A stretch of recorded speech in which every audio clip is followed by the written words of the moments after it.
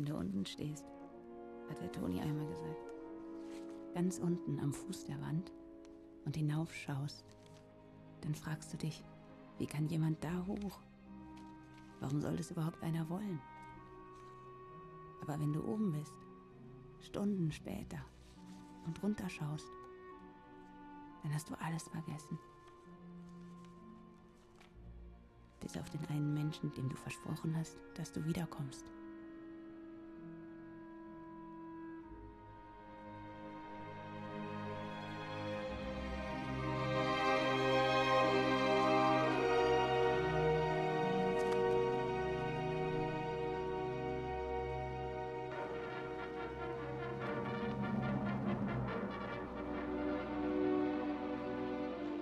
Eiger-Nordwand, so nennt manch einer die gefährlichste Felswand der Alpen. Doch Deutschlands Fliegerlegende Ernst Udet nähert sich ohne Furcht bis auf 20 Meter dem eisigen Gestein auf der Suche nach den verunglückten Münchner Berghelden Max Mehringer und Karl Sedelmeier. Nach tapferem Vormarsch ins Zentrum der Wand übermannte die furchtlosen Kämpfer der Tod im Biwakschlaf.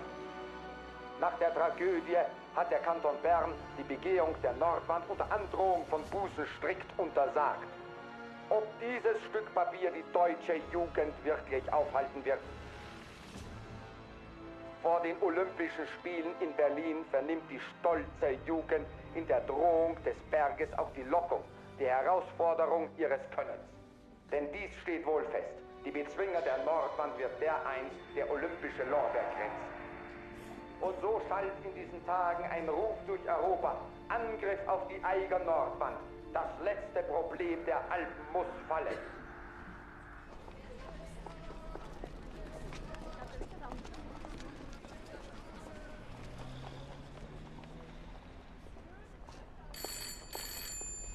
Hallo? Sekunde bitte. Steht in der Zeitung, was kann ich für Sie tun? Was ist mit den Gemeinden der Region? Garmisch, Kochel, etc. Was weiß ich, wie diese Kaffs da heißen. Da bist du dran. Der Kollege Schlüter und ich haben alle Alpenvereine durchtelefoniert. Fehlanzeige, bis jetzt jedenfalls. Kann sein, dass vielleicht noch ein bisschen früh im Jahr ist für, Bergsteigen. Ja, vielleicht kommen die Nordwand-Aspiranten heuer vom Prenzlauer Berg. Lebensmüde soll es doch überall geben. Wissen Sie, was das ist, Aarau? Nein, noch nicht, Chef. Mitteilung der Reichspressestelle. Also, weisen wir hiermit die zuständigen Redaktionen an, das Thema der Erstbesteigung mit größter Aufmerksamkeit zu behandeln. Dafür sind Sie zuständig. Wenn Sie mir nicht bald einen deutschen Erstbesteiger bringen, dann klettern Sie selber hoch. Henrik, was ist mit den beiden aus Berchtesgaden? Da stand doch was in der Lokalzeitung. Na komm, erinnere dich mal. Da, 2 Gebirgsjäger, glaube ich. Und der eine hieß, wartet mal, der hieß Hinterstoißer. Genau, Hinterstoißer hieß der eine. Und der andere, der Henry. Kurz. Was? Kurz. Was kurz? Andi Hinterstoißer und Toni Kurz. Die meint der Herr Henze. Kraxeln auf alles rauf, was hoch ist. Haben nichts anderes im Kopf, schon seit sie Buben waren. Da zählen wir doch mal 1 und 1 zusammen. Wovon träumen die beiden wohl seit frühester Kindheit? Von einem Realschulabschluss, Henze? Entschuldigen Sie, Chef. Vom Eiger natürlich. Erstbesteigung, Olympiagold, etc. etc. Und woher wissen Sie das von den beiden, Fräulein? Fellner. Ich komme auch aus Berchtesgaden. Ich bin mit den beiden aufgewachsen, sozusagen. Ich weiß fast alles von denen. Ach ja? Alles?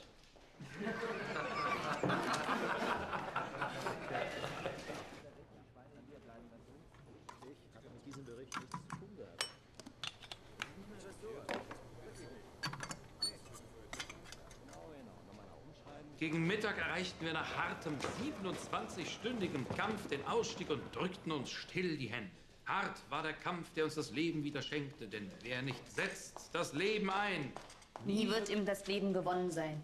Ja, genau, ein Bergpoet, ihr Gefreiter Kurz. Das auch noch. dürften aber auch wirklich was auf dem Kasten haben, ihre Jungs. Göll, Nordwand, Matterhorn, Wartsteinkante. Das war eine Erstbesteigung. Ein ganz schwerer Aufstieg. Jetzt im Mai. Haben alle für unmöglich gehalten, dass man da heil raufkommt. Alle Achtung! Warum sind die beiden dann nicht im Berner Oberland und machen den Eiger? Weiß ich nicht. Ach, das weiß ich nicht. Mann, Fellner, kommen Sie mal her. Hier. Gehen Sie damit zur Kasse, lassen sich 40 Mark Spesen ausbezahlen und dann gehen Sie ins Materiallager und holen sich eine Retina. Und dann ab nach Berchtesgaden. Ja, schönen Gruß an Ihre Jugendfreunde. Sagen Sie ihnen, das Deutsche Reich, allen voran unser geschätzter Chefredakteur, zählt auf Sie. Wie bitte?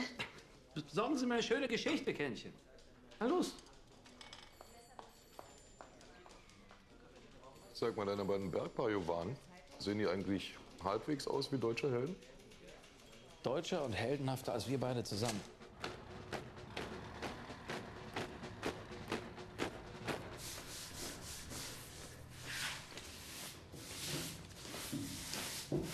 Hinterstoßer, kurz. Haben wir jetzt gelernt, was Zapfenstreich heißt? Oder seid ihr beide immer noch der Meinung, dass man beim Herumkraxeln nicht auf die Uhr schauen muss? Herr Hauptfeldwebel, wir haben gar keine Uhr. Ja, wenn das so ist, Hinterstoßer, dann sag ich dir jetzt, wie lange es für euch zwei heute noch bis Dienstschluss geht. Nämlich genau 4 Pissrennen im Stabsgebäude, 2 Mannschaftslatrinen im Block 5 und ein Fußboden im Offizierscasino. Weitermachen!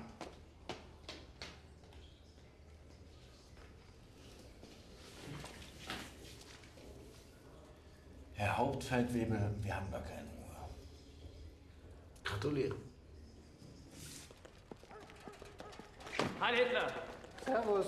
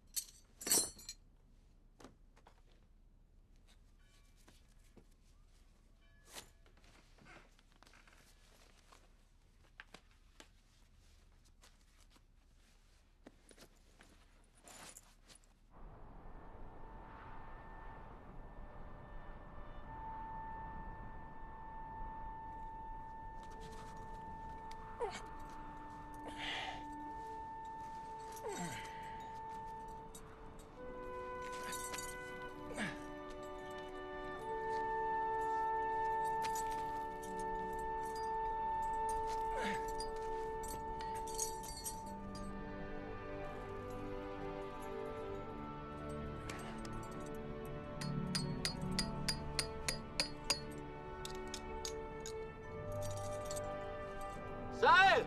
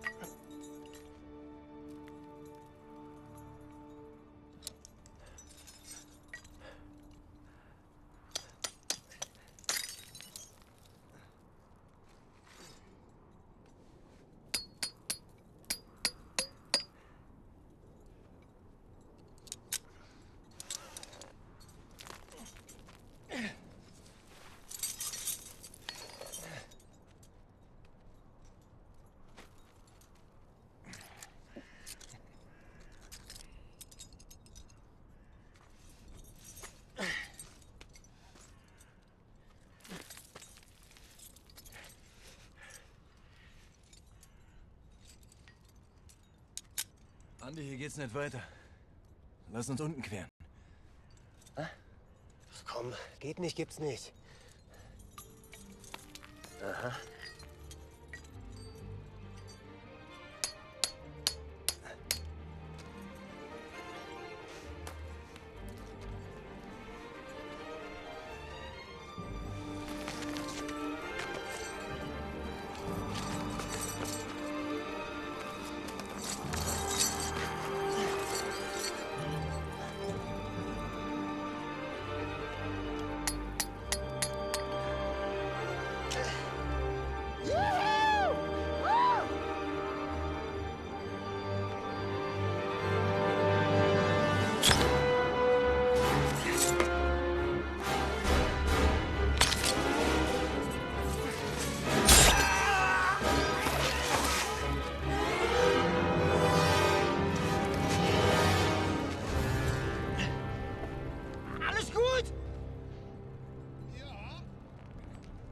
Hinterstolzer, du schwere Sau! Hast du dir nicht Liegestütze kurz?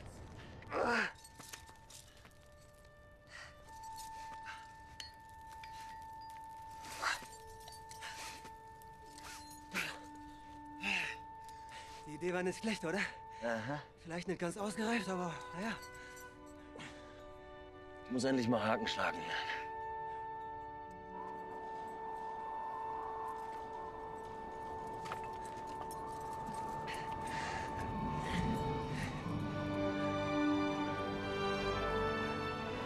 Bergheil, Kamerad. Bergheil. Und auf die neue Hinterstolzer Kurzroute.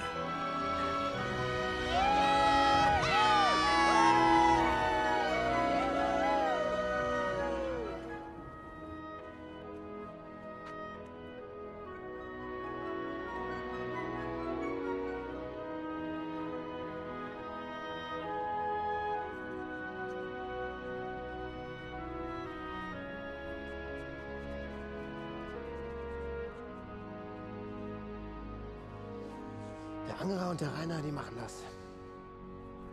Was? Ach komm, Toni, du weißt, wovon ich rede.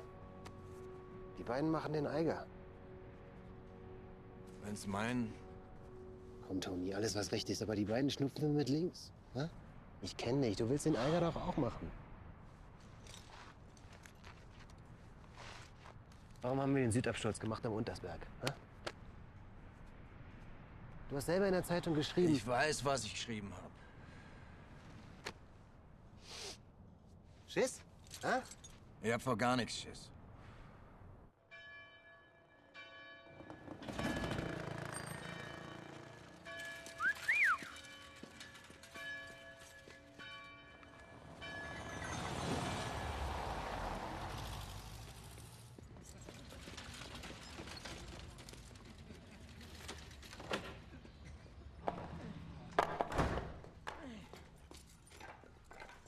Grüß Gott, Frau Kurz.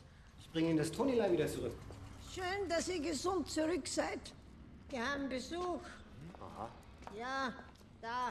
Die Jacke trage ich aber sonst nicht bei der Arbeit. So, das macht nichts.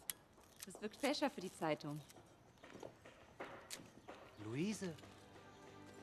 Komm her. Grüß dich. Lass dich anschauen. Grüß dich. Also, ja. Also ausschauen tust wie ein richtiges Großstadtmädel. Ja? Ja. Oh, du bist abgerutscht. Ja. Und, wie ist Berlin? Laut und teuer. Das glaube ich. Grüß dich, Toni. Servus, Luise.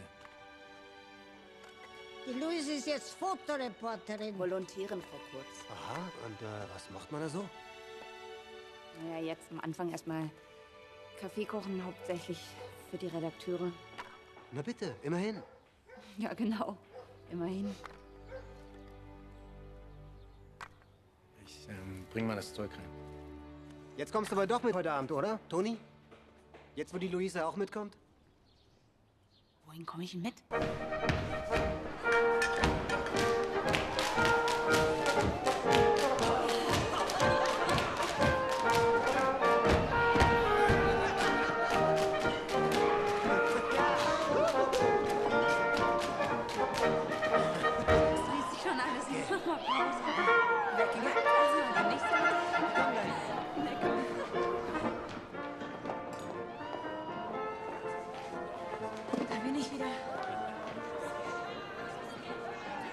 Andi ist immer noch derselbe, oder? Ja. Lässt nichts anbrennen. Und du?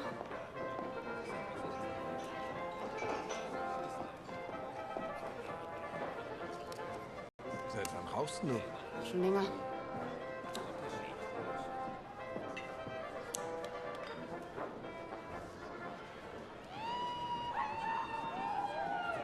Na, ihr zwei?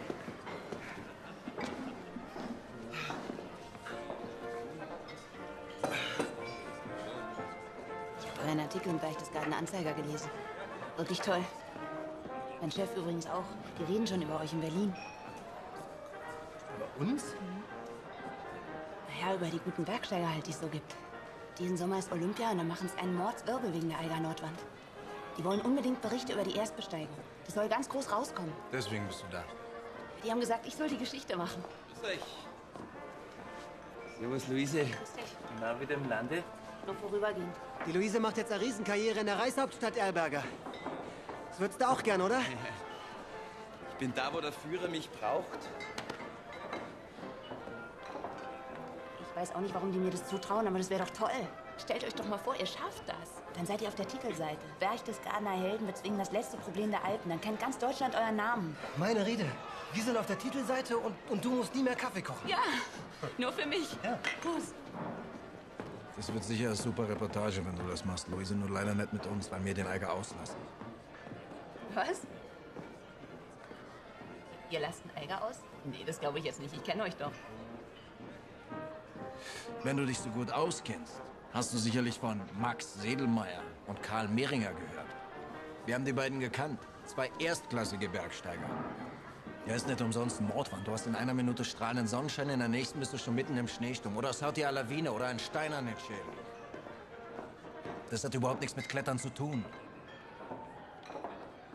Da kannst du der Beste sein. Das ist eine Lotterie und deshalb lassen wir den Eiger aus. Bin jetzt eh müde. Ich geh heim. Andi, vergiss nicht den Zapfenstreich. Luise, viel Erfolg. Wir sehen uns. Was war jetzt? Wir tun lieber Latrinen putzen.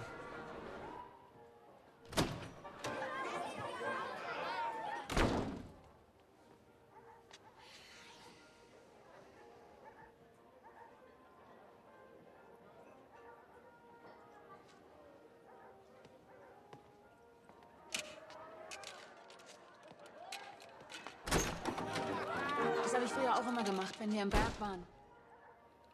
Was? Dir nachlaufen. Toni, ich hätte halt auch gern was, worauf ich stolz sein kann. Und wenn die meine Geschichte bringen, dann... Das musst du doch verstehen. Verstehe ich auch. Nur musst du dir halt andere Bergsteiger suchen. Du bist so ein Dickkopf. Ich habe trotzdem immer auf dich gewartet.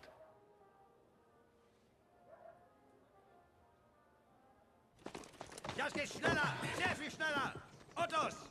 Faule Schweine! Und gefällt's am Idiotenhügel? Komm, jetzt lass mich in Ruhe. Nicht quatschen, raufklettern. Ich hab geglaubt, wenigstens das könnt ihr. Schneller! Danke. Nächste. Was ist? Kein Hunger.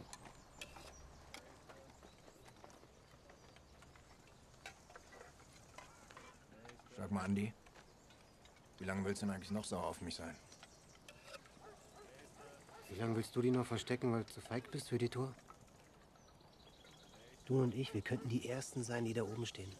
Und darum geht's aber nicht beim Klettern. Doch. Genau darum geht's. Der ganzen Welt beweisen, was man kann und wer man ist. Du musst niemandem was beweisen. Ich kletter für mich.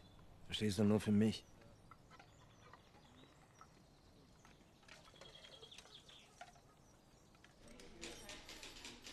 Das kam heute früh aus München. Das habe ich mir alles viel größer vorgestellt. Ich meine, an so einem winzigen, was weiß ich, wie das überhaupt heißt. Mauerhaken. Wie auch immer. Das muss ich mir mal vorstellen. An so einem winzigen Ding hängt ein ganzes Menschenleben. Muss man wirklich wollen, sowas. Hm.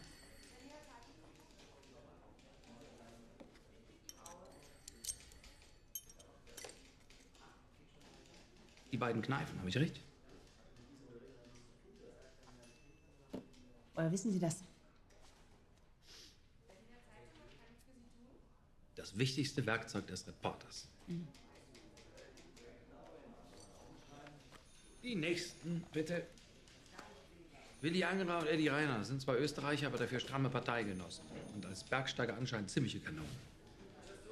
Die haben ihr Zelt schon unterm Eiger aufgeschlagen. Ich werde mir in den nächsten Tagen erlauben, den Herren mal einen Besuch abzustatten. Verstehe. Ach, von Fellner. Ein andermal. Ja.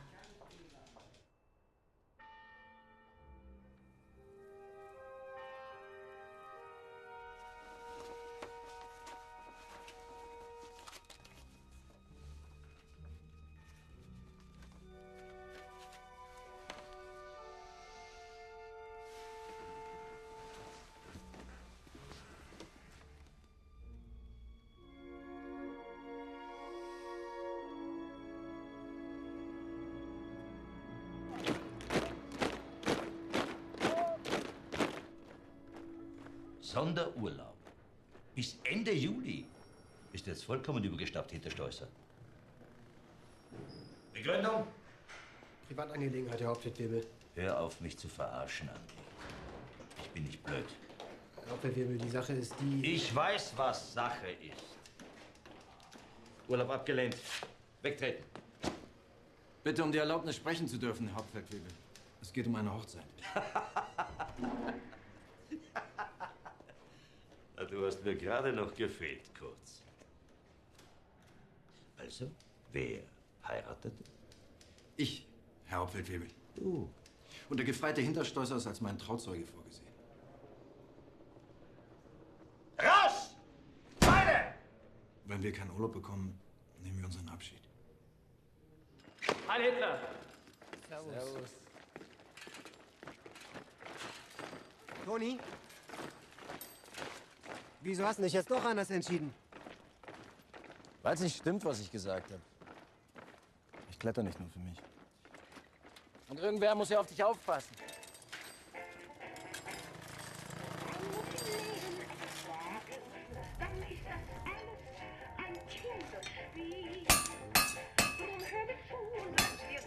So, Mauerhaken haben wir jetzt genug. Jetzt brauchen wir noch 10 lange fürs Eis. Streiteisen, Eisbeile, 15 Karabiner, 2 Pickel, kurz und lang, 2x30 Meter Seil, 2 Rebschnüre, 2 Reb... Schreibt man das nicht mit Bertha? Ist doch egal.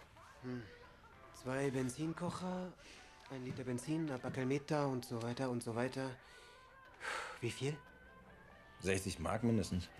Plus 15 für die Zugfahrt, extra. Was für eine Zugfahrt? Wir fahren mit dem Radl. So reicht mit dem Radl in die Schweiz. Sind ja auch nur 700 Kilometer. Hm?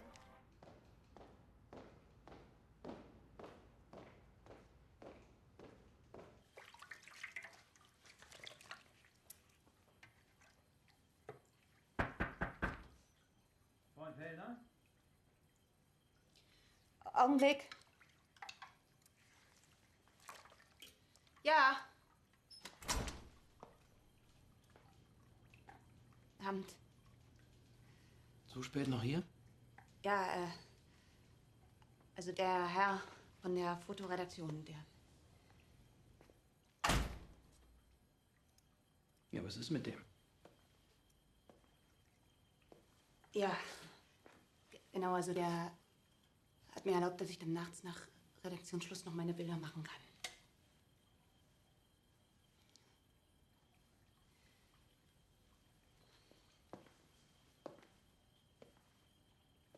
Sehr schön. Wirklich. Sehr gut. Wirklich sehr gut. Sie machen ganz hervorragende Fotografien, Fräulein Fellner. Danke. Waren Sie schon mal in der Schweiz? Nein?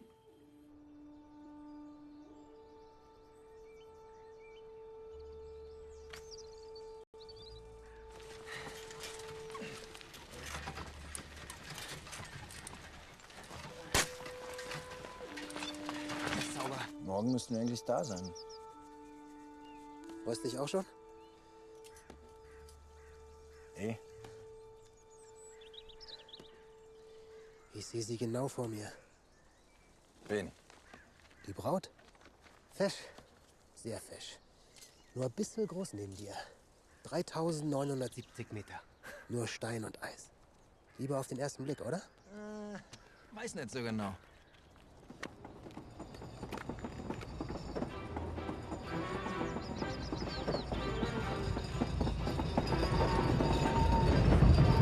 Hier, das ist der Streckenverlauf. Es geht durch die Wand durch den Fels durch, der Tunnel, bis rauf zum Jungfraujäger. 3457 Meter. Alle Achtung. Jetzt schau dir einmal diese Landschaft an. Ist das nicht prachtvoll? Mhm. Ausgesprochen prachtvoll. Geschatzelt, du hast dir gar nicht hingeschaut. Die Mittelstation. Genau hier liegt unser Hotel. 4 Sterne. Über 2000 Meter. Berge kann ich auch an der Riviera sehen. Vom Strand aus. Da ist er. Ganz ordentlicher Hügel, weißt du?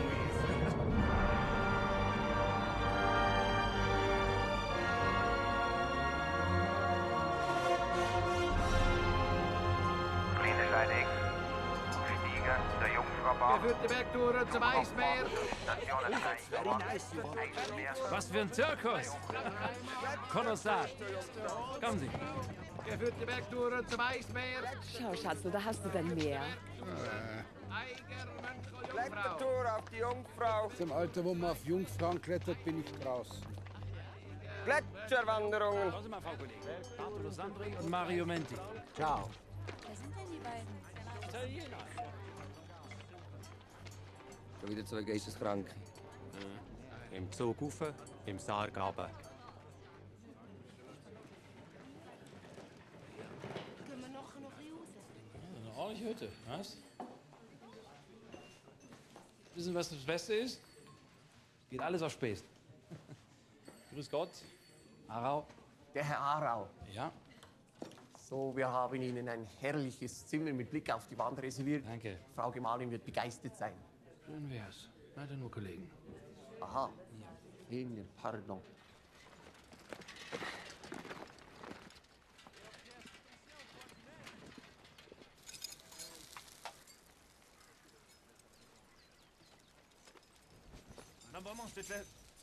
Ciao.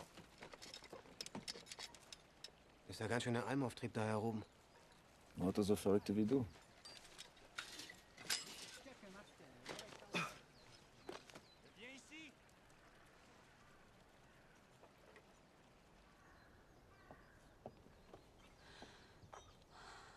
Na, schönes Zimmer?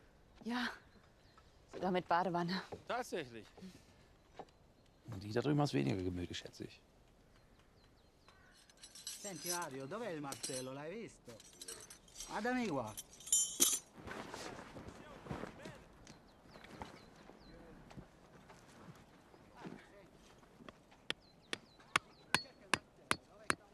Ich mach uns gleich mal Feuer und koch uns was. Haust du die restlichen Pflöcke rein? Sag mal, sind wir zwei eigentlich verheiratet? Nicht reden, Hase, arbeiten. Nein, jetzt weiß ich, du erinnerst mich an meine Mutter. Ich bin deine Mutter. Großmutter. Schwiegermutter. Und genau das ist er. Der deutsche Bezwingergeist, der sich so eindrucksvoll im Kampf mit dem Berg manifestiert. In der Seilschaft, verbrüdert auf Leben und Tod, träumt der Bergsteiger von Eis und Fels. Verstehen Sie, Teuers, Sie müssen als Leser das Gefühl haben, dass Sie dabei waren. Das macht eine richtig gute Reportage aus. Der deutsche Recke träumt von Stunden, da er kämpft, den Weg zum Gipfel sucht, bis ihm dereinst die Welt zu Füßen liegt und nichts mehr über ihm ist als die Unendlichkeit. Na, Mahlzeit. Also mir gefällt sowas. Ja?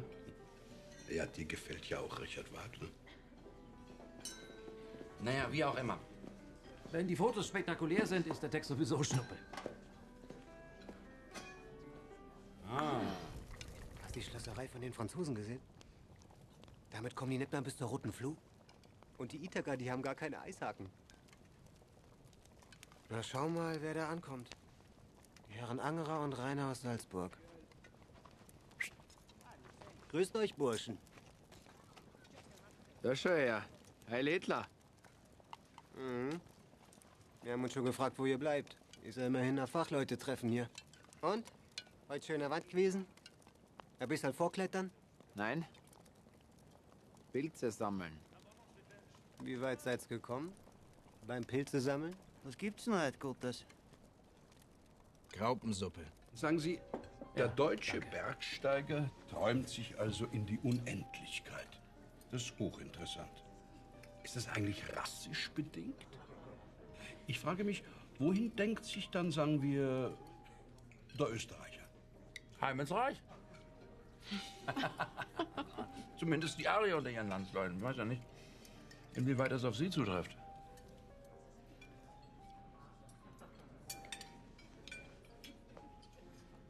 Ich habe von Bergsteigern gesprochen. Die sind sowieso eine eigene Rasse. Hm? Habt ihr eigentlich kein Heimweh nach Österreich? Das tust nicht. Der macht's eh nicht mehr lang.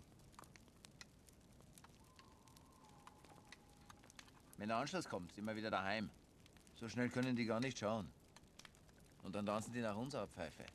Dann sind wir dran. Naja. Ich würde es nicht so leicht wegstecken, wenn ich nicht mehr zurück könnte. Schau dir unsere Schlosserei an. Stahlhaken, Lietzner-Seile, nur das Beste. Hat alles dir es abbezahlt.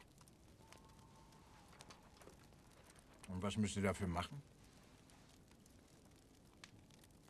Als Erste oben sein. Zugabfahrt zu Stationen Eigerwand bis 15 Minuten.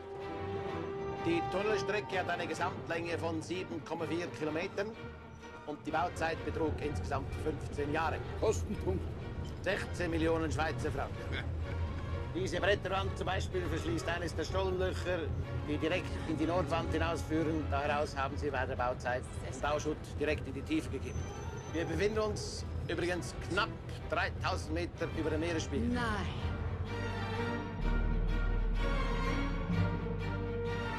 Da sind Sedelmeier und Mehringer eingestiegen. Und dann einfach schnurgerade hoch auf der Ideallinie. Das dauert halt ewig. Muss jeden Meter einen Haken setzen, so steil wie das ist. Ich glaube... Wir sollten schräg hoch. Richtung Stollenloch. Ah, und da das Depot einrichten. Genau. Biwaksäcke, Eishaken, Proviant und so weiter.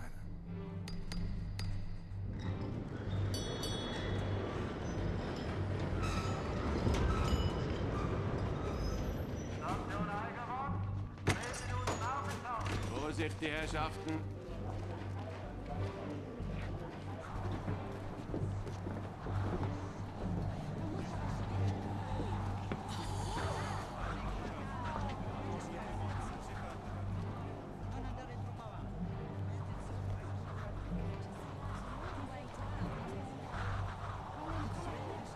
Unwahrscheinlich, das geht ja ewig weit runter. Knapp 1000 Meter, gnädige Frau. Schatzl, hast du gehört? Danke, danke. Ich glaub's auch so. Dass sich jemand freiwillig da rauswagt.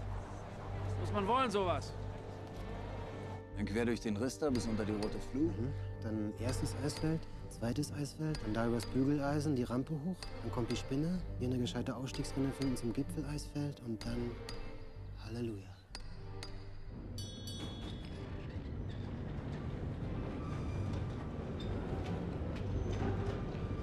Haben Sie das gehört? Wie bitte? Sie haben es nicht gehört.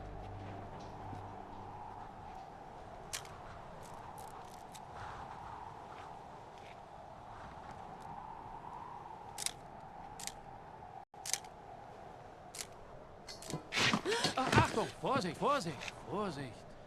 Herrgott, nochmal. Was machen Sie denn? Ich hab's ja gewusst. Was? Ich war genau wie Sie, als ich anfing. Alles um einen herum vergessen, wenn man was will. Hey! Was macht ihr denn noch da? Ah ja. Aha. Sind Sie jeden Tag hier oben? Jeder Tag und jede Nacht. Ja. Setzt euch, ich mache Tee. Voll Fellner, kommen Sie. Sie haben doch sicher auch einen Namen, ne? Von Almen. Wie war das? Von Almen. Der sieht unheimlich aus, der Berg. Finden Sie nicht? Er ist unheimlich. Kennen Sie die Sage von dem Riesenoger? Wie heißt der Kerl? Von dem hat der Berg seinen Namen. Eiger, Oger, verstehen Sie? Nach der Legende haust der Oger im Fels und verschlingt jeden, der ihm zu nahe kommt.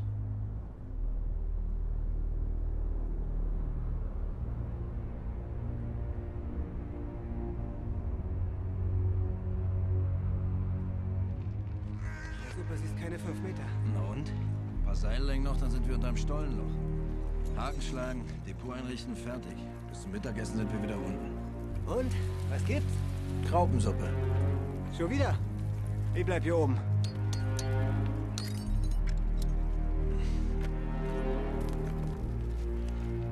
Seil!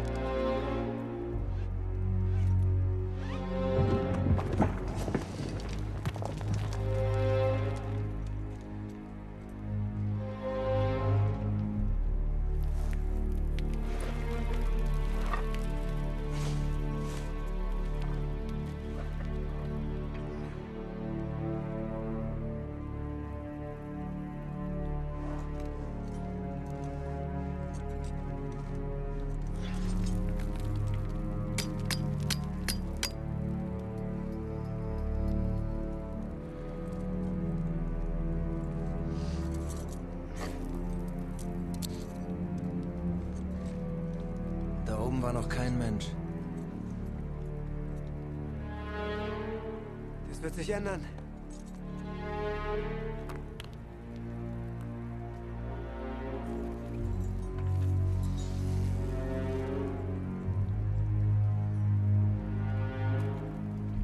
Hey! Was macht denn unser Einstieg?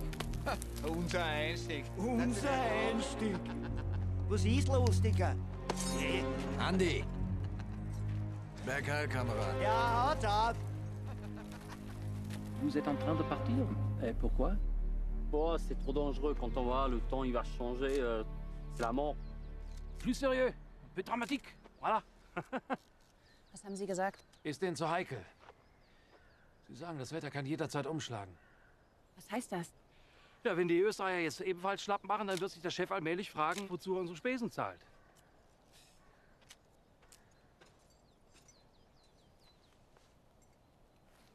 Luise? Andi? Was machst du denn da? Hä? Naja, arbeiten. Das ist mein Kollege, der Herr Arau. Freut mich, Henry Arau, Berliner Zeitung. Andi Hinterstoißer, Berchtesgadener Gebirgssieger. Ade. Ich dachte, Sie pfeifen auf den Eiger. Wer geht denn jetzt mit dir mit? Was glaubst du? Der Toni? Ah, schaut so aus.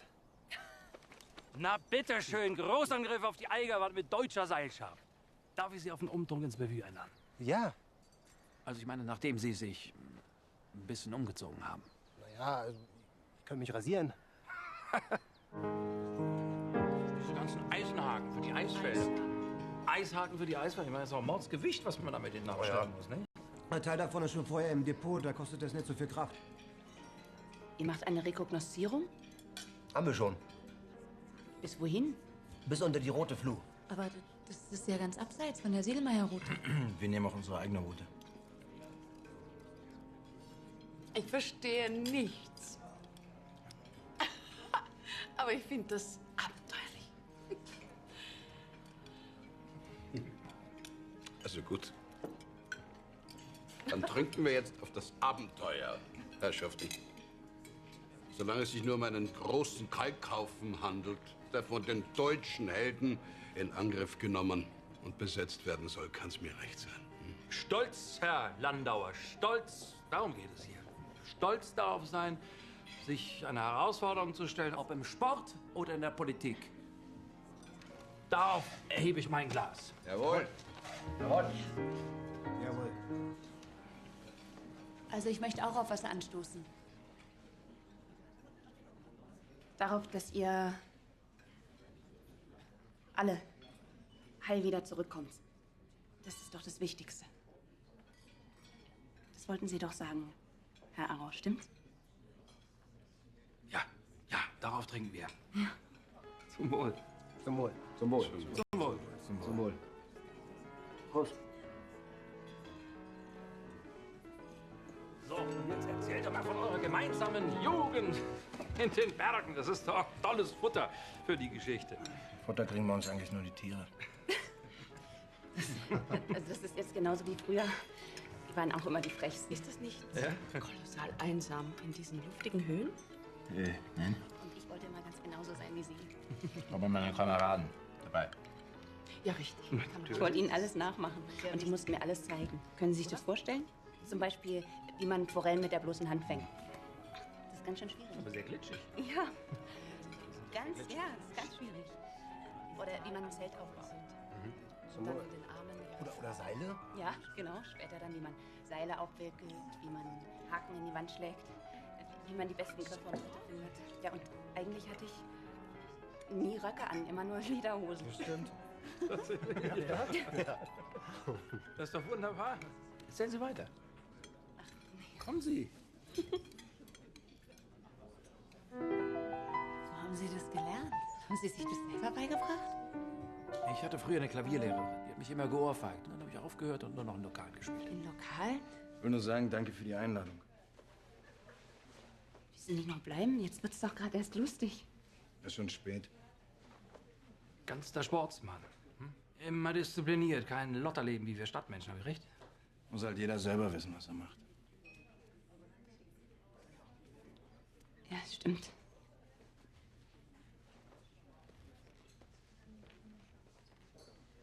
muss jeder selber wissen. Man muss im Leben etwas wagen.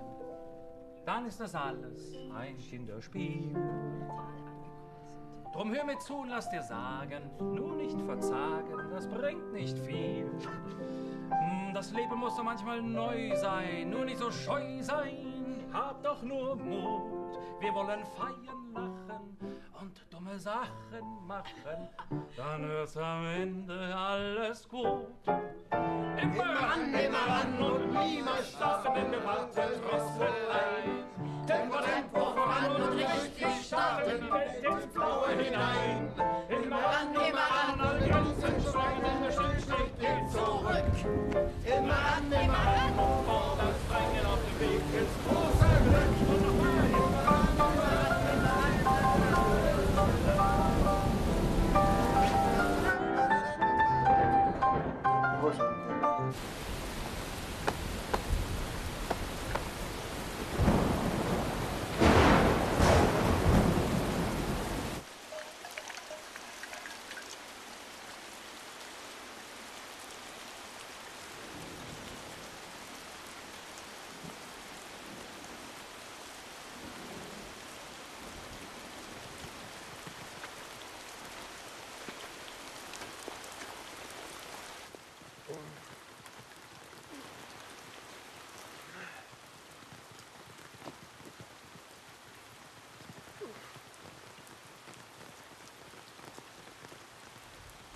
Das wird schon noch.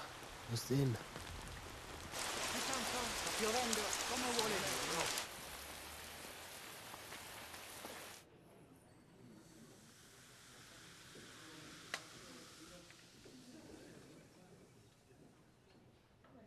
Wissen Sie, was traurig ist? Dass uns die wahren Dramen immer vorenthalten werden. Wie meinen Sie das? Na, uns und den Lesern. Ja, wir berichten zum Beispiel von der Belagerung des Eigers vorher, vermelden vielleicht den Gipfelsieg hinterher. Aber was da draußen wirklich vor sich geht, das können wir nur erahnen. Ich wünsche mir, es wäre schon vorbei. Ich wünsche mir, es würde endlich mal losgehen.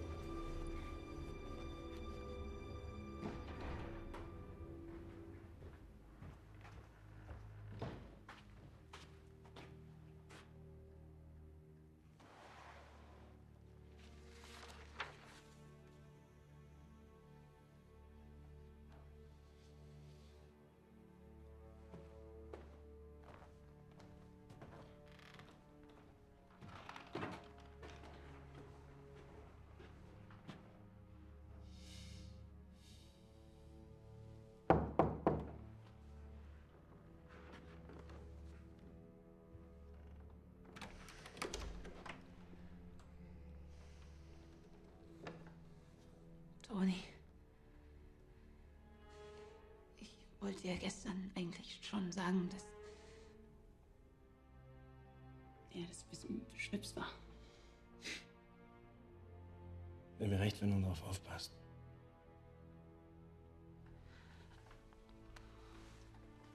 Aber das hast du doch immer mit, wenn du am Berg bist. Zu viel Gewicht. Zu viel Gewicht. Ich kann die Tour ja auch hinterher eintragen. Ja, schon, aber Da ist alles drin, was ich je gemacht habe. Es wäre schade, wenn es verloren geht.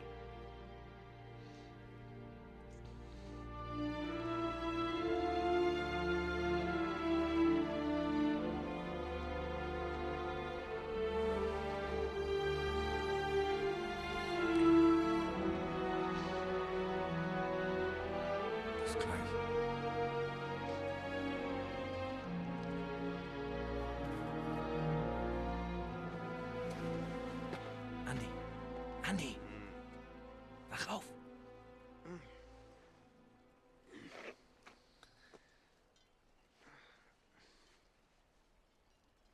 Es geht los. Ja, es geht los.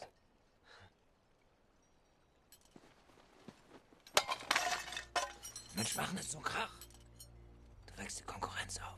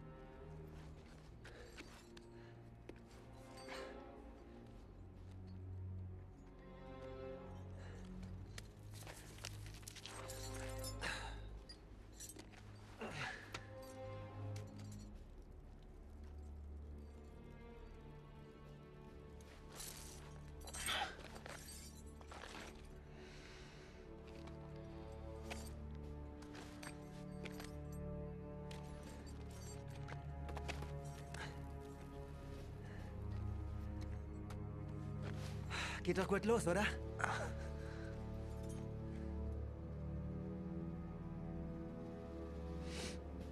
Was ist? Nix. Komm, weiter. Du schlägst vor. Pass auf!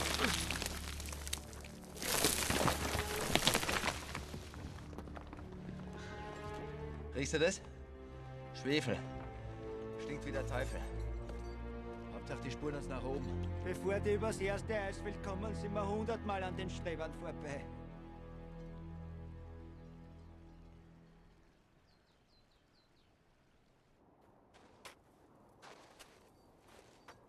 Schau, wir sind schon gleich am Depot. Ja, wenn's noch da ist nach dem Wetter.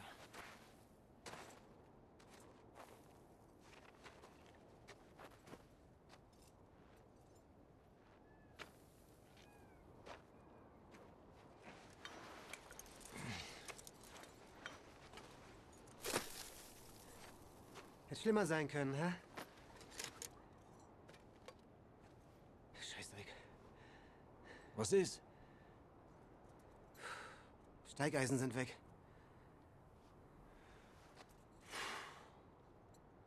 Ist eh nicht so viel Eis. Stufen schlagen. Halleluja.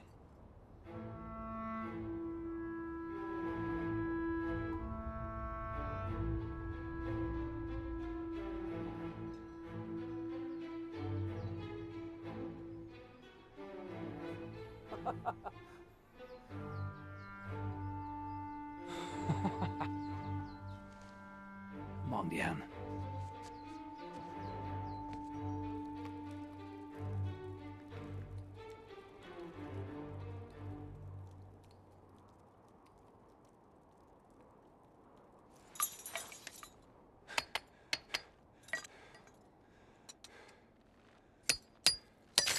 Stein!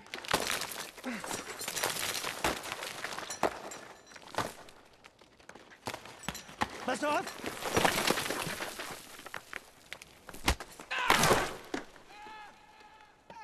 Hat sich am Fuße der Eiger Nordwand endgültig die Spreu vom Weizen getrennt. Absatz, Handels. Können Sie Aschenbecher gehen? Danke. 2 Seilschaften sind heute am frühen Morgen mit voller Ausrüstung in die Wand eingestiegen. Die Gefechtspause ist somit zu Ende. Der Angriff auf das letzte Problem der Alpen nunmehr in vollem Gange. Scheißdreck! Sag mal her. Es geht, ist alles in Ordnung. Finger weg!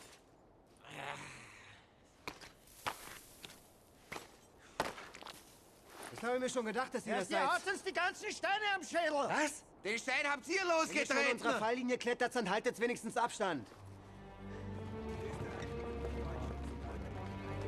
3 Bergsteiger? Nein, 4 sind es. Von da hierher. Mitläufer. Komm. Kommen Sie. Bitte der Nächste.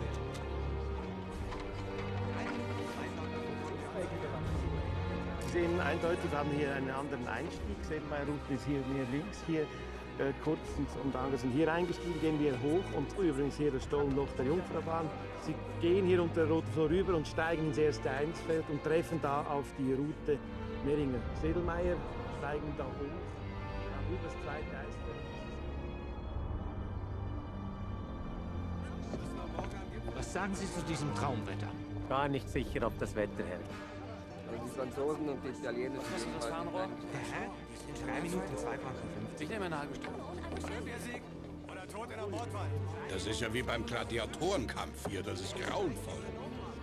Also ich finde das kolossal aufregend. Herr Ober!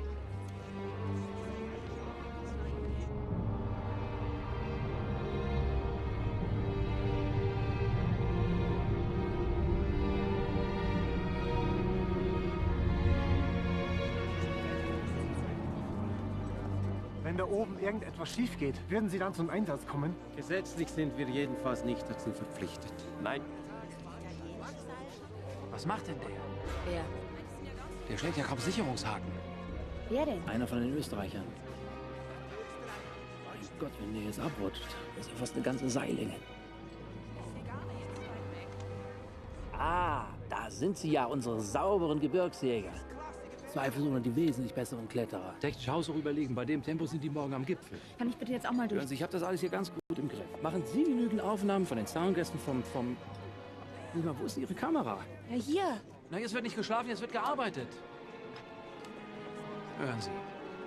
Sagen Sie mir, dass ich mich in Ihnen nicht getäuscht habe. Hey, Junge, komm, lass mich mal wieder ran. Sorg dir dein eigenes Zauberglas, wenn du was sehen willst.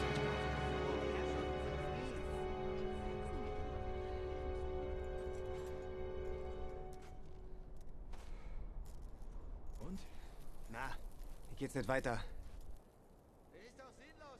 Da brauchst du ja für jeden Meter einen Haken. Ja, wenn du überhaupt was findest, wo du sie einschlagen kannst. Ist ja eine Idiotenroute. Könnt's doch eine andere nehmen. Zwingt euch ja keine Ahnung. Anzeigen wie die Kletten. Wir queren über die Platte, steigen an dem Kamin hoch und gehen dann übers Eisfeld. Da oben queren. Du sagst doch immer, geht nicht, gibt's nicht. Ob ihr jemals da oben ankommen werdet, ist fraglich.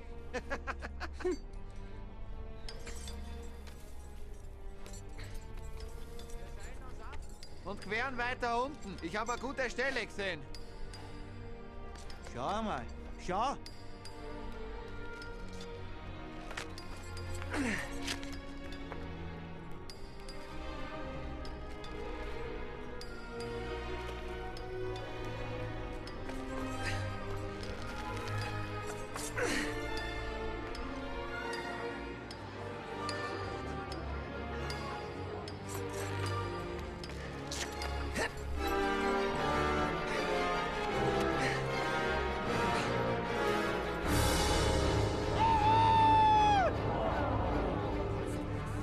Das war historisch. Was? Historisch. Wo steckt die denn mit ihrer Kamera? Quergang. Oder auch Pendelquergang.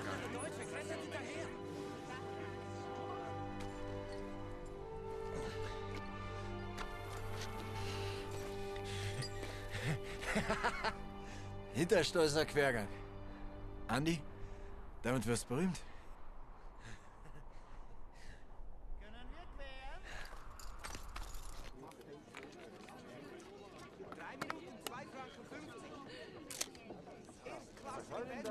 Jetzt kommen die Österreicher auch noch hinterher. Ich dachte, das sind Konkurrenten.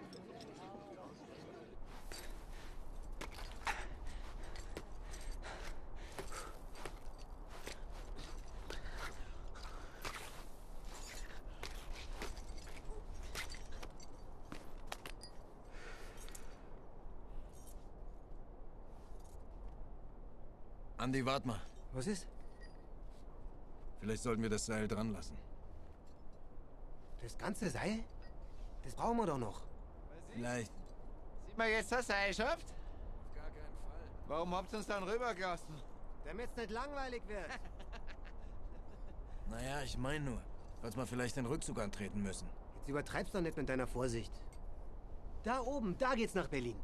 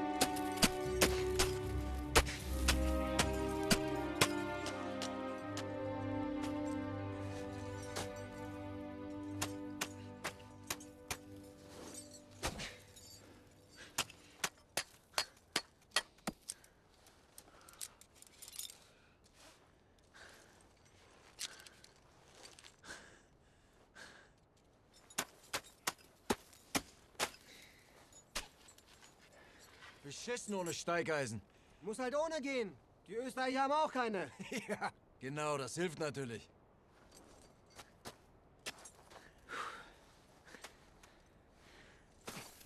Was ist mit den Feiglinge? Haben schon aufgegeben?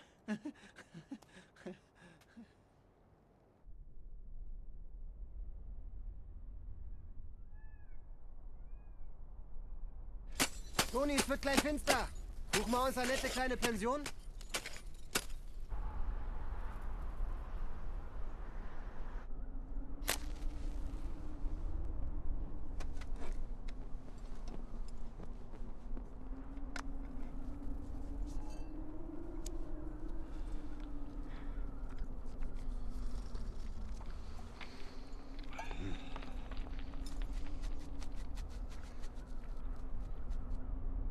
Über die Hälfte haben wir. Vielleicht schaffen wir es wirklich schon morgen. Freilich. Und zwar vor denen.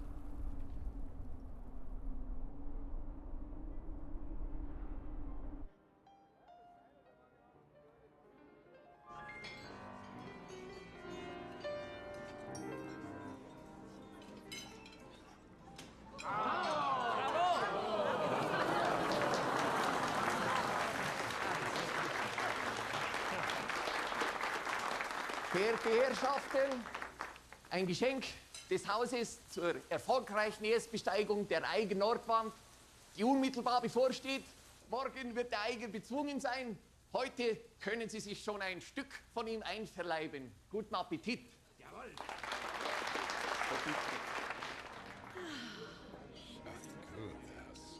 Geben Sie mir doch noch einen von den süßen Bergsteigern damit. Gerne. Elisabeth, bitte.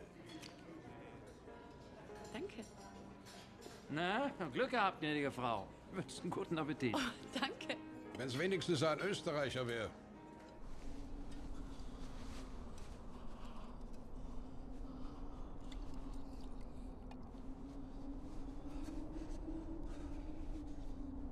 Morgen am Abend sitzen wir da unten mit lauter Weibern in einer brennend heißen Badwanne und lassen uns feiern. Wirst sehen. Erst du schaust mir nicht gut aus. Das ist ja auch kein Schönheitswettbewerb. Ich muss nur ein bisschen schlafen. Na und? Filme versorgt? Ja, das ganze Material ist schon unterwegs nach Berlin. Sehen Sie, so mag ich das. Muss mal kosten? Apfelspeise meines Angesichts aus der Eiger herausgeschnitten. Schmeckt sehr gut.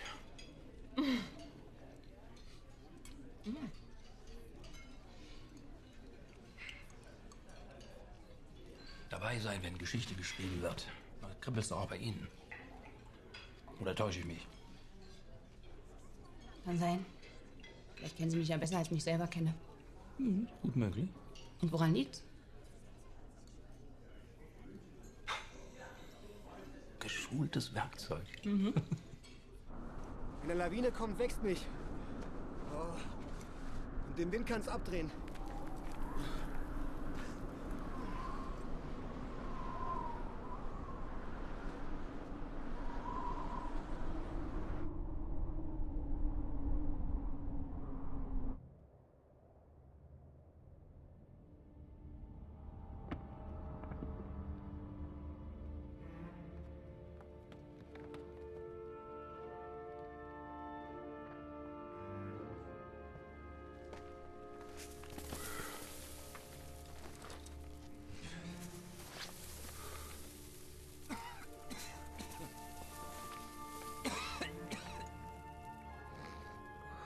Morgen. Morgen.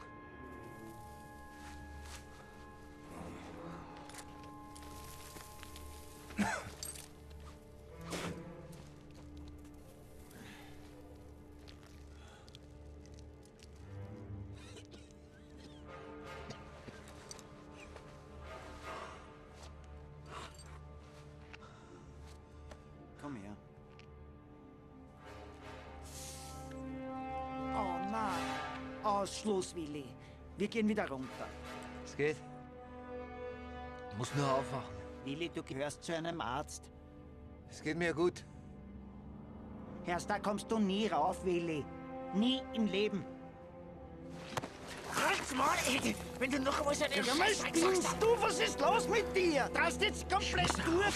Ich muss darauf. So hat es doch keinen Sinn. Schau, da unten ist ein Ort. Da unten ist nichts. Da unten ist gar nichts.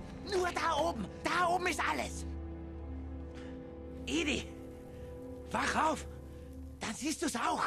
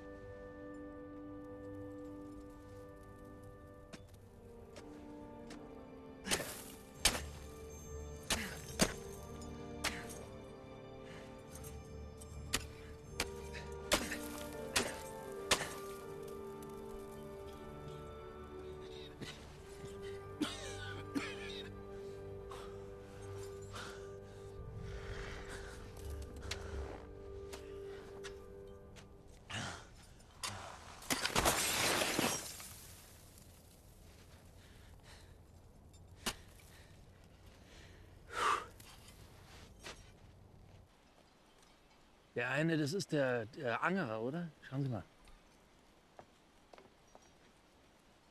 Links neben dem komischen Sacken da. Genau, der hat irgendwas. Die Bergführer meinen, das wird heute nichts mehr. Und wenn die nicht Meter machen, dann ist der Durchschluss morgen auch unsicher. Das heißt noch 2 Tage bivakieren. Ja.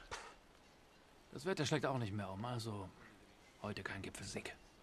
Kommen Sie, wir gehen was trinken.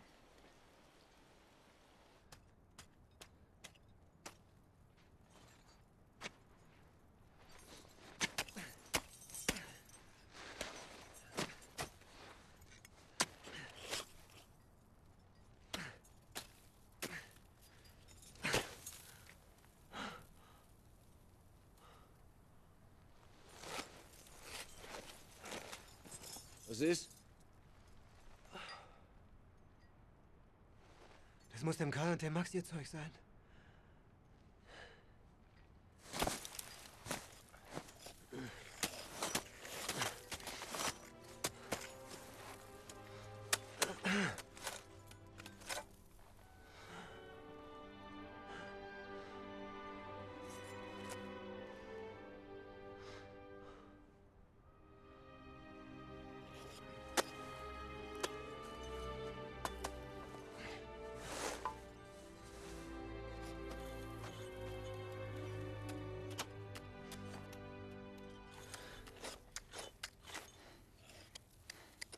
Der ist der Kamerad aus München? Ja. Beileid.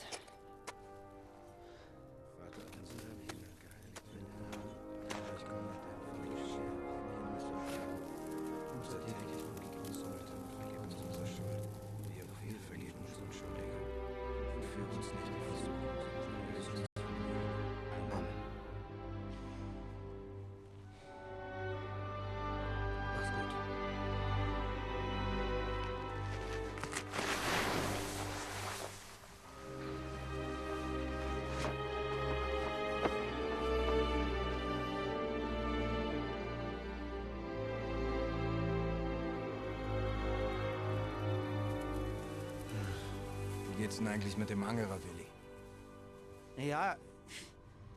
Markieren tut er jedenfalls nicht.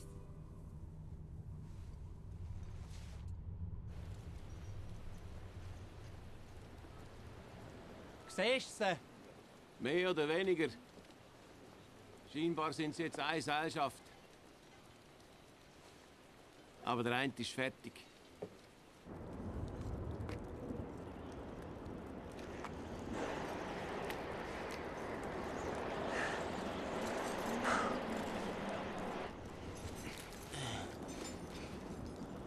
Komm.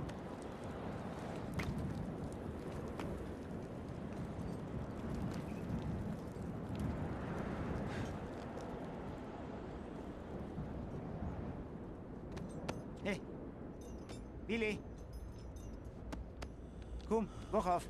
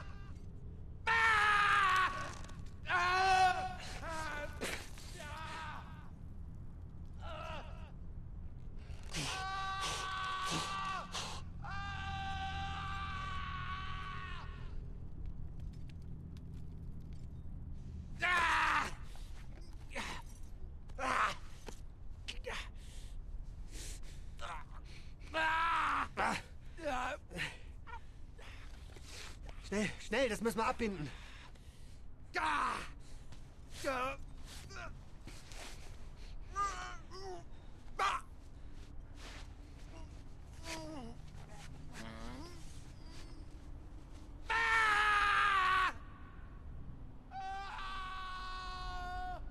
Ihr hättet eure eigene Route nehmen sollen.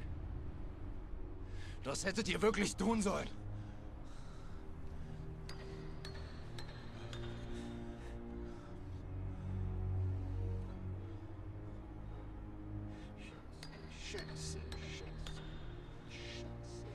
Wir müssen umkehren. Wieso denn umkehren? Weil wir mit dem nicht mehr raufkommen. Das siehst du doch selber. Wir müssen runter, und zwar schnell, sonst verblutet er. Hört's zu. Ich schaff das schaff ich. Steigt's hier weiter. Ich kehr um und zeil ihn ab. Das geht schon. Ich schaff das. Du seilst ihn ab. Ich schaff das. Red doch kein Blödsinn, das schaffst du nie im Leben. Ich pack das. Das ist eine gute Idee. Das geht schon. Klettert's hier weiter. Das ist eine sehr gute Idee. Wir gehen jetzt weiter. Schaff das. Bis zum Gipfel. Hä? Andi, wenn wir die beiden alleine lassen, sind beide tot. Scheiße. Na gut, dann gehen wir zusammen. Wir gehen alle zusammen. Wir ziehen den hoch. Wir schaffen das. Red doch keinen Unsinn. Das ist absoluter Scheißdreck, das weißt du genau wie ich. Warum habe ich nur auf dich gehört? Weißt, Willi, wir sollten dich da einfach liegen lassen. Ja. Einfach liegen lassen, das hättest du verdient. Aus der Wand, wenn wir über den Gipfel gehen. Hör doch mal auf mit deinem verdammten Gipfel! Doch. Das ist jedenfalls wahrscheinlicher als da runter. Über dem Westgrat sind wir ruckzuck unten im Tal und holen Hilfe. Andi, du weißt gar nicht, wie weit wir uns da oben noch hochkämpfen müssen und bis wir wieder unten sind. Ist der tot? Das schwöre ich dir. Wir müssen rauf. Wir müssen weiter. Wir müssen weiter. Warum habe ich nur auf dich gehört?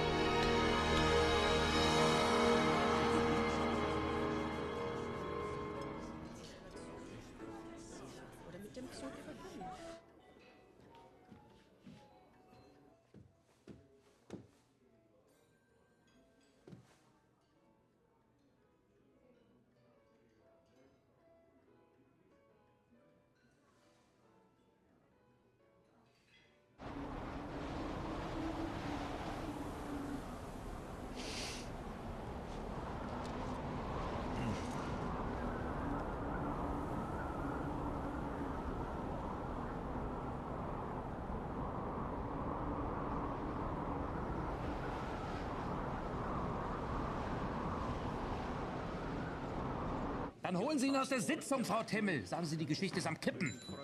Ja, natürlich, Bart. Ist was passiert? Schluss aus, Besteigung gescheitert. Was?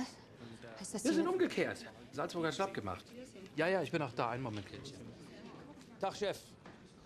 Hören Sie, das hält nicht. Die beiden haben auch sowieso kein Interesse an der Bewegung. Wäre schwer geworden, aus denen einen deutschen Siegertypen zu basteln. Ja, danke. Wir sehen uns dann in Berlin. Reisen wir auch ab? Ja, das sieht so aus. Ja, aber ich meine, sollten wir nicht vielleicht berichten, was da oben passiert? Ich will Sie ja nicht belehren, Kindchen. Aber Sie brauchen entweder einen strahlenden Triumph oder eine grausame Tragödie. Eine gesunde Umkehr interessiert keinen Menschen. Kurze Notiz auf Seite 3. Das ist alles. Dafür müssen Sie nicht hier bleiben.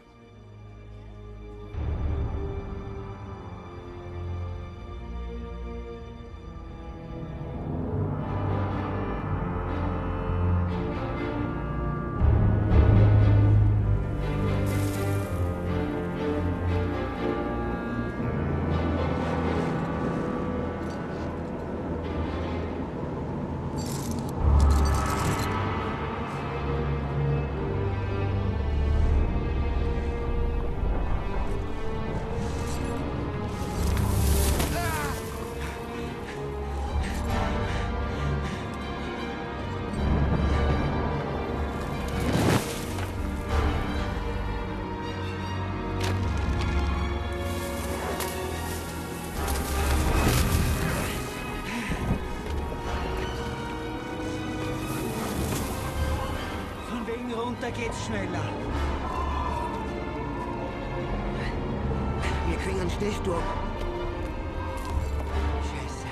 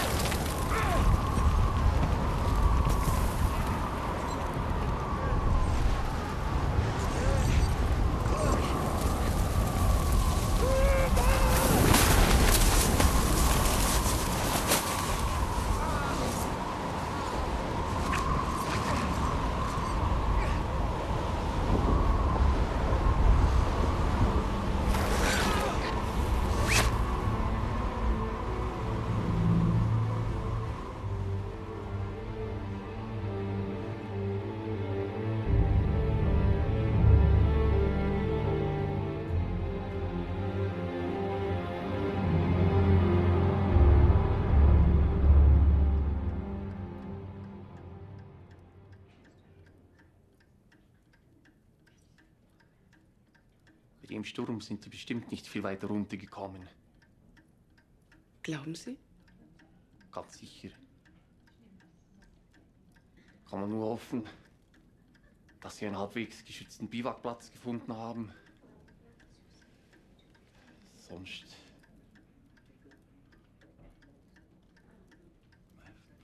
Vielleicht sollte ich meine Abreise an Weichen verschieben. Möglicherweise lohnt es sich ja noch hier zu bleiben. Ich bin Reporter, was wollen Sie? Sind Sie nicht auch ein Mensch? Gelegentlich. Vielleicht hat meine Nase dieses Mal ja Unrecht.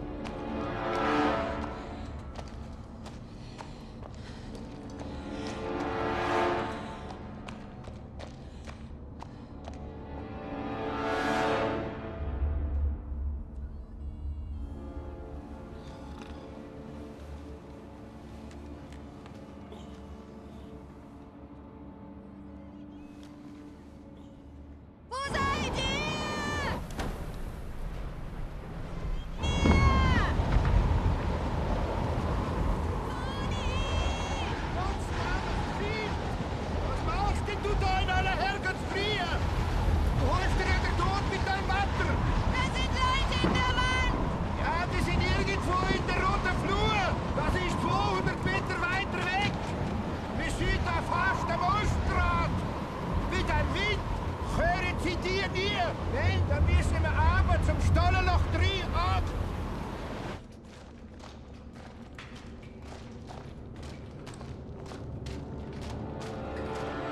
Das ist er.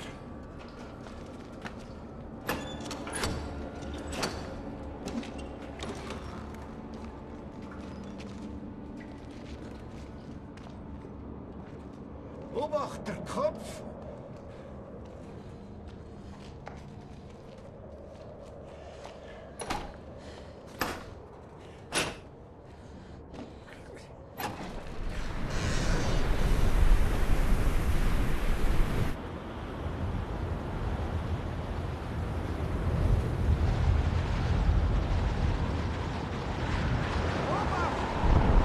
Das ist alles vereist!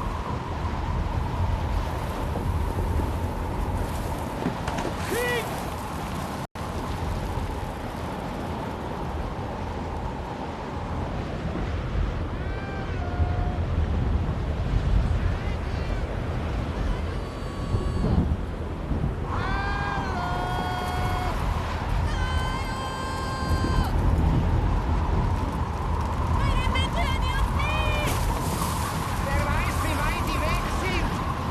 Lass uns später wiederkommen. Vielleicht legt sich dann der Sturm. Wir kommen später nochmal.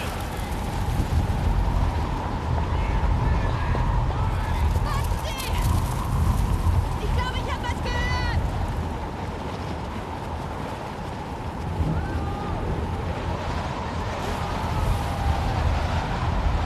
Das ist der Toni!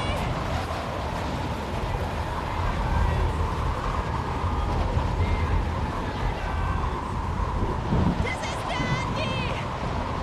Wir hören euch!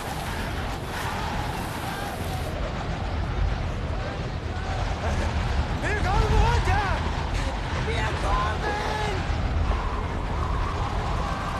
Komm, Piet! Wohin? Piethofen! Was meinst du, wie weit ist das noch? Weit kann's nicht sein. Ja. Noch 4 Meter! Komm! Noch ein Stück! Komm! Auf! So, mein Willi. Jetzt haben wir ein kleines, warmes Plätzchen für dich reserviert. Aber in die Badewanne! Steigst alleine!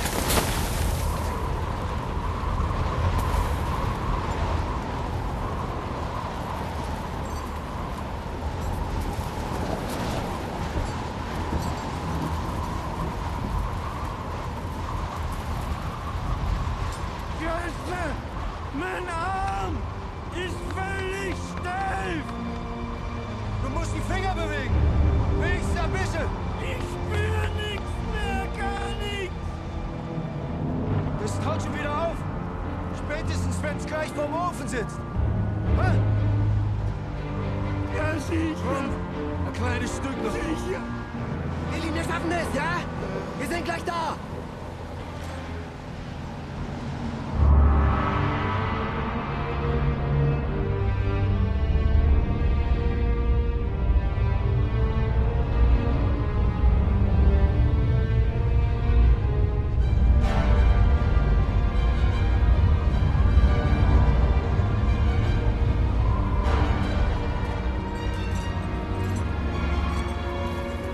Hast ihn!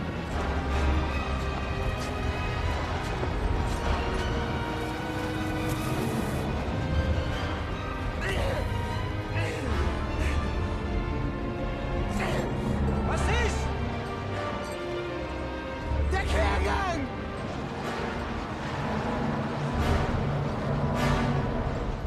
Scheiße! Das Seil! Er hat das Seil abgezogen! Er hat das Seil abgezogen! Halt den Pappen, Willi! Wegen dir sind wir da über... Lass ihn! Da kriegst du ihn nicht mehr mit! Ihr! Hier hab ich's geschafft! Ihr werdet auch zurückschaffen!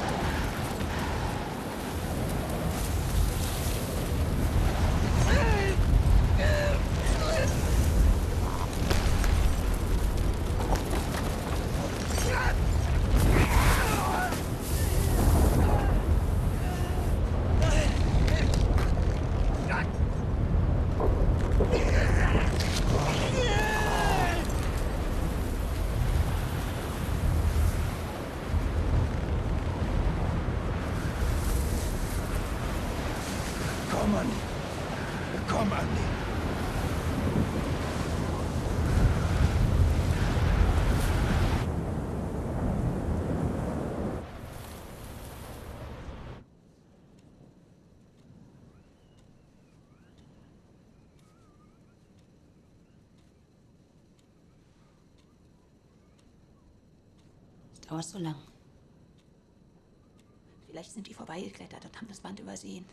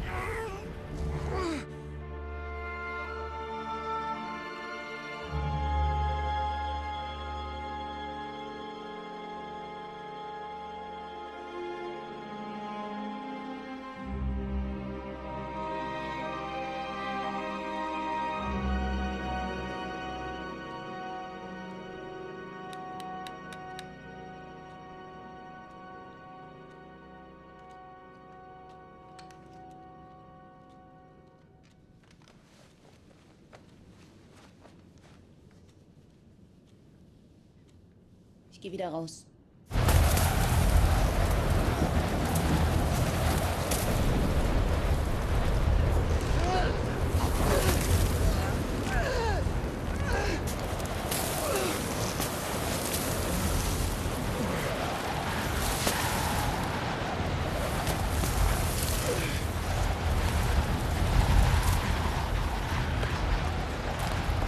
Wir müssen senkrecht runter und dann unten quer.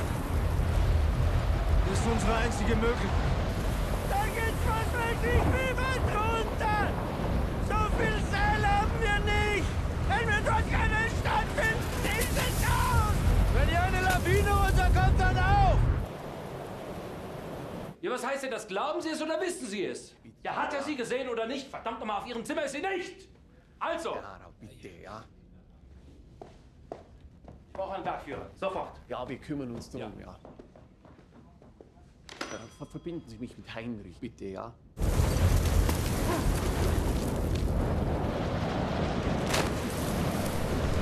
Und vergesst unser Paket nicht!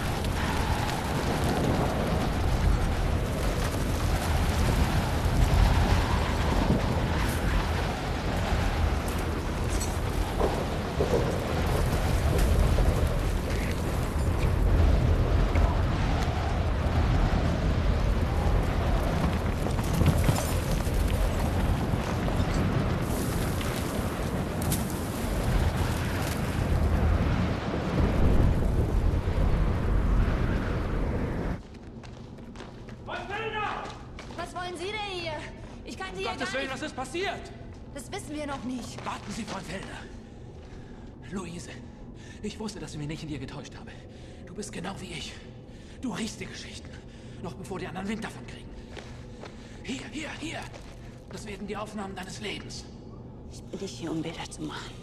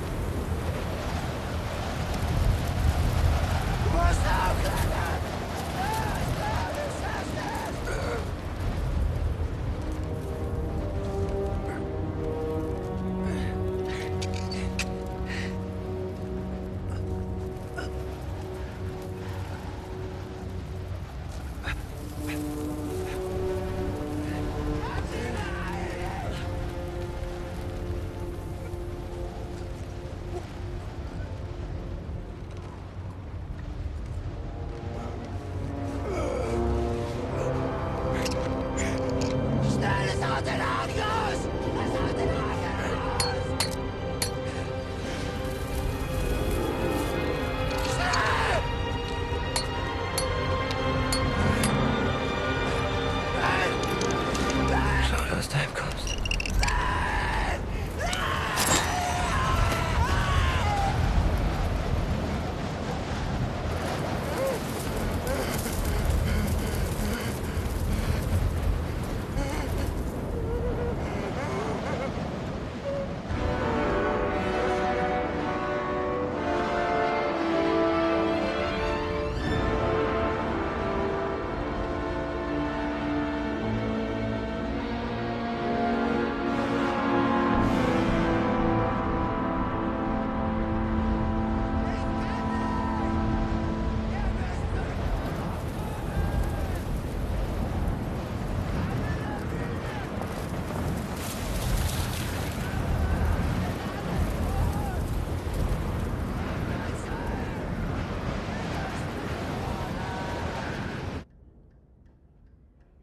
Überm Stollenloch 3,8, wenn der Sturm ihn nicht aus der Wand bläst, könntet ihr's doch schaffen.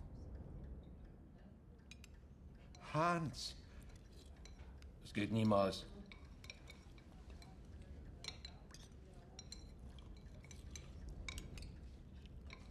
Wer bei dem Wetter in die Wand steigt. Selber schuld. Wir haben alle Frauen und Kinder.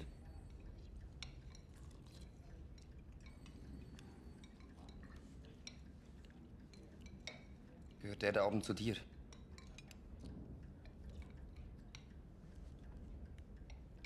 Ja. Der gehört zu mir.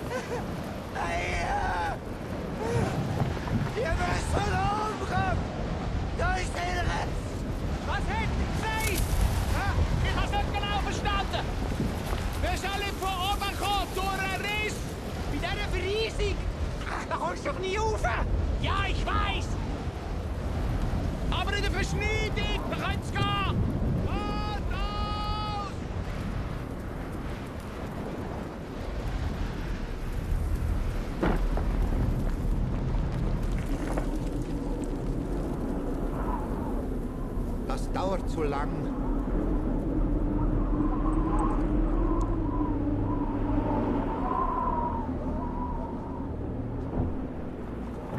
Hans! Mit sich gerade nach! Das geht sauber!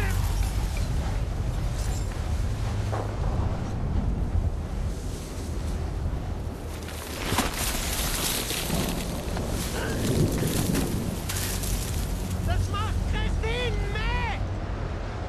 Wir sind drin! Sofort! Nein, ihr dürft nicht gehen! Ihr müsst hochkommen zu mir! Kommt hoch zu mir! Bitte geht jetzt nicht! Ich Ich will da raus! Bitte kommt hoch zu mir! Ihr dürft nicht gehen! Ich will nicht da!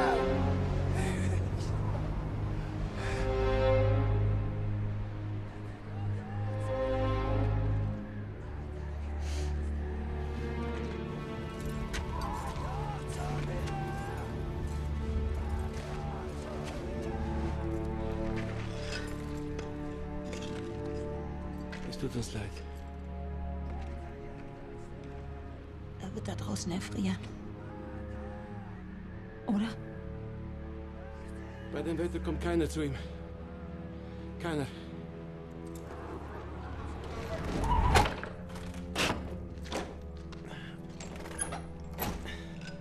Kann nichts machen.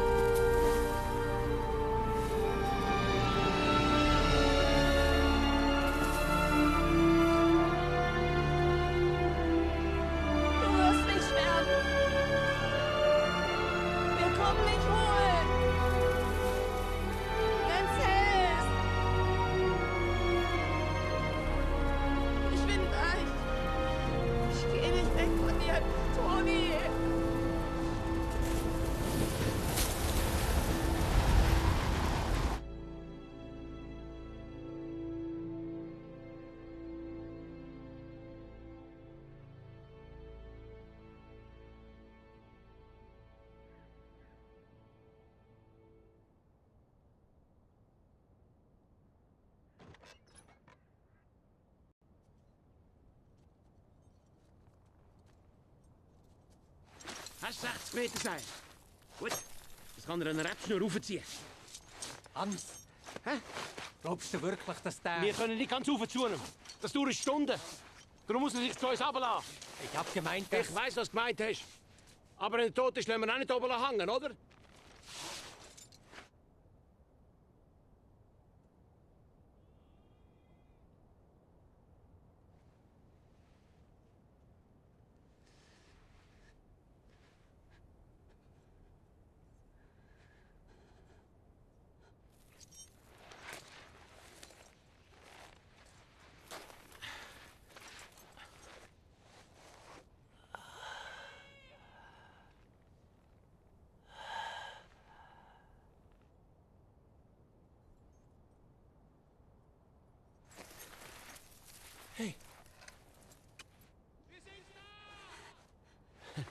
So einen Schutzengel hättest du schon gern, oder? Schau mal, wo die hockt. Die muss weg von dort, sonst geht die auch noch runter. Wenn sie die ganze Nacht durchgehabt hat, geht sie jetzt auch nicht mehr runter. Also, komm mit.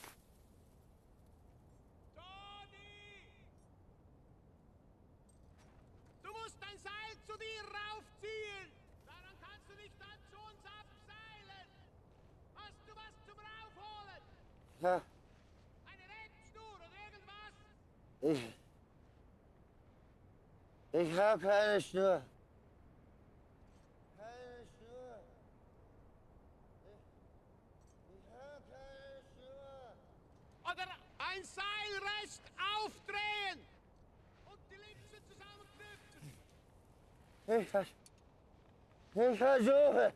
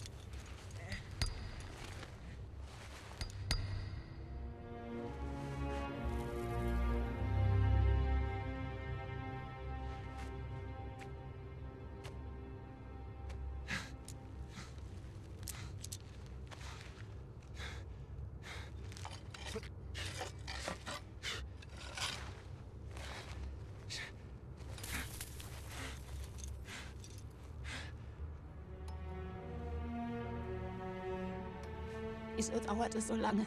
Der ist sicher halb erfroren, dein Mann. Aber er wird es schon schaffen. Toni! Es wird eine Weile dauern.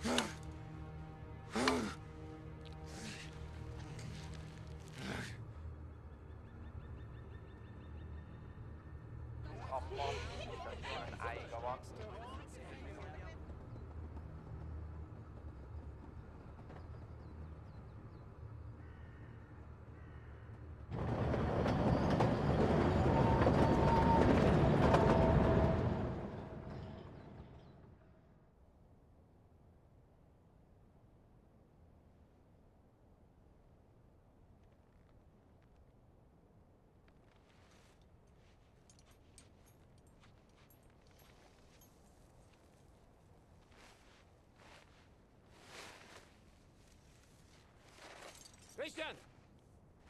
Los!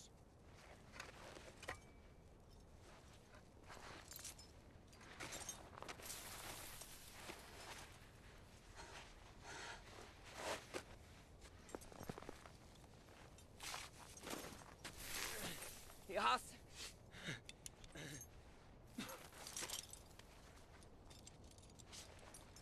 Toni! Kannst es raufziehen?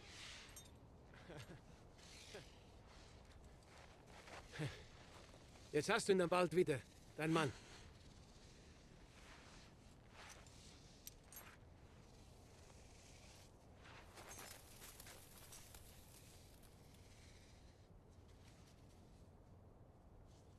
Das sind nicht 60 Meter. Los! Holt das andere Seil, schnell! Pressiert! Die langen Seile hängen rechts im Gestell. Los! Bitte. Nimm Kletterseile, komm!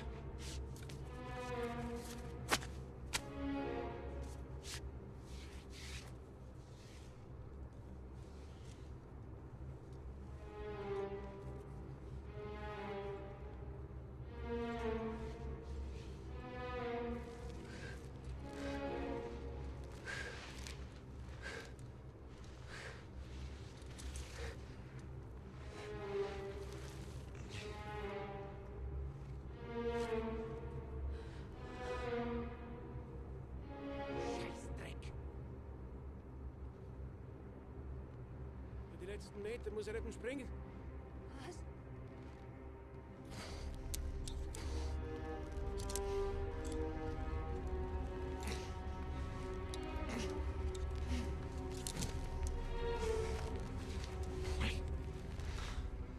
Was?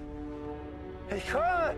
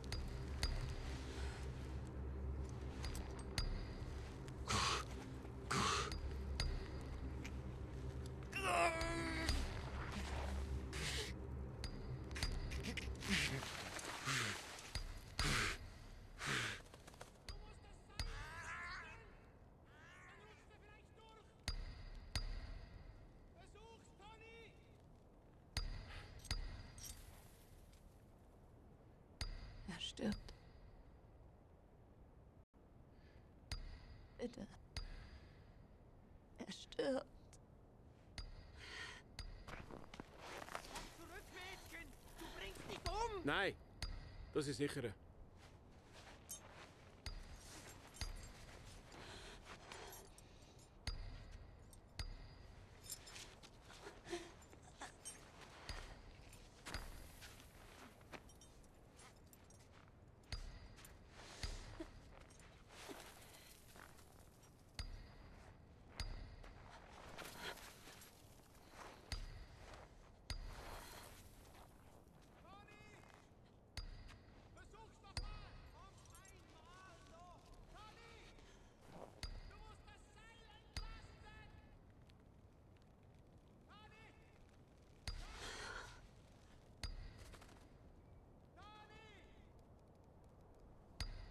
Versuch's doch mal!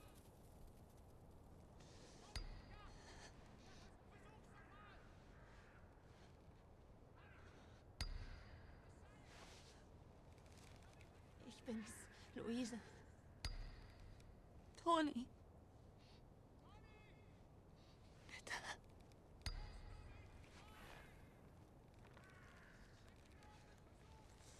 Toni.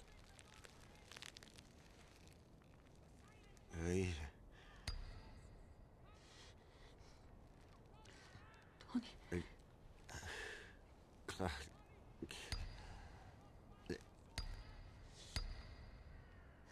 Bitte, Toni. Halt durch.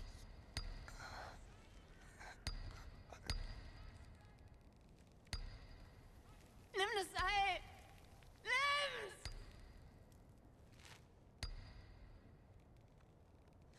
Toni. Bitte.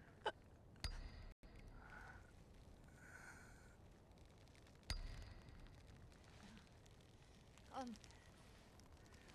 Komm!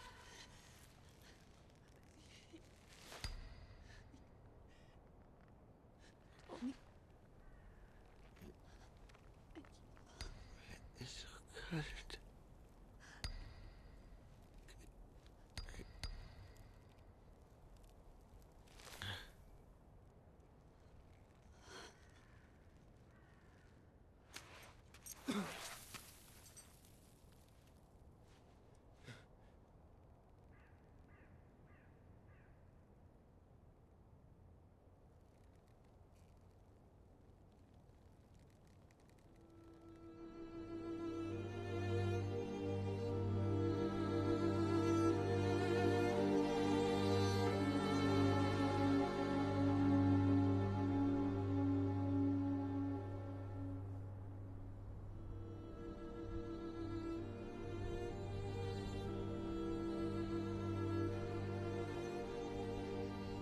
Die Leiche von Tonico schon gebaut? Nein, der hängt noch draußen. Aber nur ein paar Meter gefehlt. Und die anderen, sind die schon gefunden? Und woran ist er gestorben? Erschöpfung, Kälte, Verletzung. Nein. Wir wissen es auch nicht genau. Was können Sie uns über das Mädchen sagen? Wie ist der Name des Verlobten? Den Namen bitte. Muss ein Schock für das arme Ding sein. Sicher. Was passiert mit den Leichen? Die können doch nicht einfach draußen bleiben. Wir werden morgen mit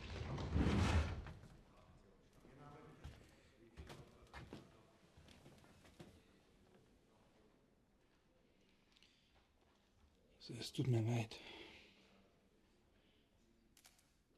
Glauben Sie mir, es tut mir entsetzlich leid. Hören Sie, was ich da gesagt habe. Letzte Nacht. Ich möchte nicht, dass Sie denken,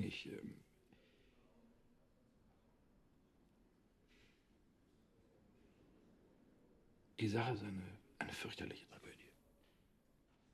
Aber Deutschland wird diese Männer nie vergessen. Glauben Sie mir.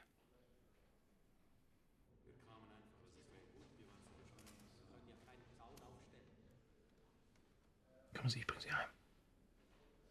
Ich bringe Sie zurück nach Berlin.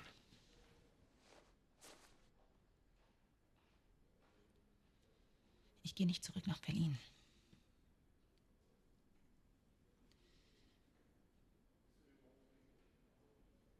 Ich gehe nicht zurück.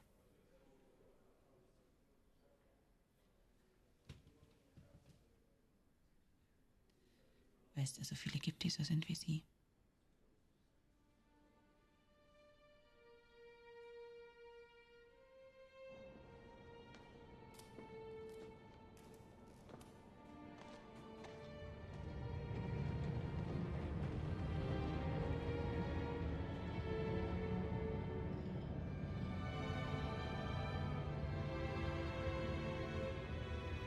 Ich weiß nur,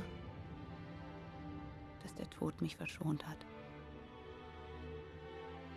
Und dass Toni damals für immer gegangen ist. Du hast gelebt, wenn du geliebt hast. Es gibt Stunden, in denen es mir unendlich schwerfällt, daran zu glauben.